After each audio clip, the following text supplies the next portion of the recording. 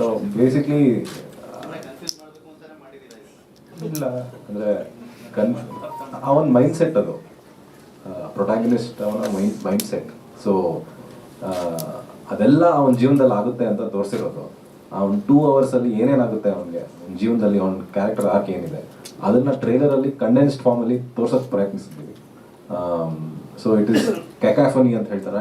Is mind is troubled from the very beginning.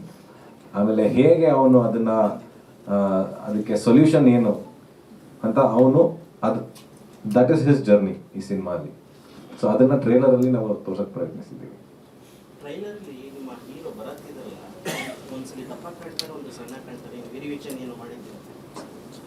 I think that's because of lensing.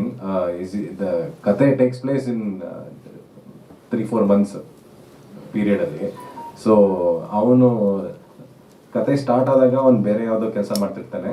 ಹೋಗ್ತಾ ಹೋಗ್ತಾ ಹೇಗೆ ಅವನ ಜೀವನದಲ್ಲಿ ಏನೇನು ಬದಲಾವಣೆ ಆಗುತ್ತೆ ಅದ್ರ ಬಗ್ಗೆ. ಸೊ ಅದನ್ನ ನೋಡಿರ್ತೀರಾ ನೀವು. ಕಾರ್ಖಾನೆಯಿಂದ ಆಮೇಲೆ ಓಡಾಡಕ್ಕೆ ಶುರು ಮಾಡ್ತಾ ಸಣ್ಣ ಆಗ್ಬಿಡ್ತಾನೆ, ಓಡೋದು ಕಲ್ಲು ಹೊಡಿಯೋದು ಸಣ್ಣ ಆಗ್ಬಿಡ್ತಾನೆ, ವರ್ಕ್ಲೋಡ್ ಜಾಸ್ತಿ. Thank you Ritvik. Thank you.